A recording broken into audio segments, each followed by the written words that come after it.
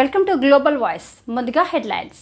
తెలంగాణ రాష్ట్ర మంత్రి, హుజూర్ నగర్ నియోజకవర్గ అభివృద్ధి ప్రదాత, పేద ప్రజల ఆరాధ్య దైవం కెప్టెన్ ఉత్తమ్ కుమార్ రెడ్డి ఈరోజు హుజూర్ నగర్ పట్టణంలో రామస్వామి గుట్ట దగ్గర ఉన్న మోడల్ హౌసింగ్ కాలనీ పరిశీలనలో మాట్లాడుతున్న దృశ్యం.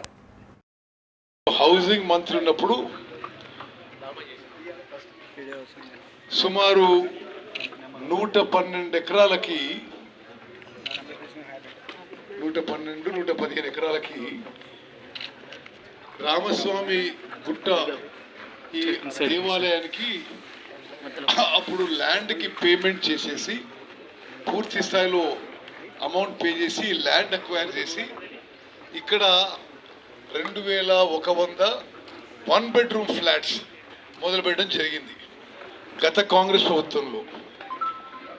దురదృష్టవశాత్తు 10 ఏళ్లుగా టీఆర్ఎస్ అధికారంలో ఉన్నప్పుడు ముఖ్యమంత్రి మంత్రులు హుజూర్ నగర్ వచ్చినప్పుడల్లా ఇది పూర్తి చేస్తామని, ఇంత అమౌంట్ శాంక్షన్ అని, అంత అమౌంట్ శాంక్షన్ కానీ ఒక్క రూపాయి పని చేయలేదు. తిరిగి మేము గవర్నమెంట్ వచ్చిన తర్వాత ఈ ప్రభుత్వంలో రేవంత్ రెడ్డి గారు ముఖ్యమంత్రిగా,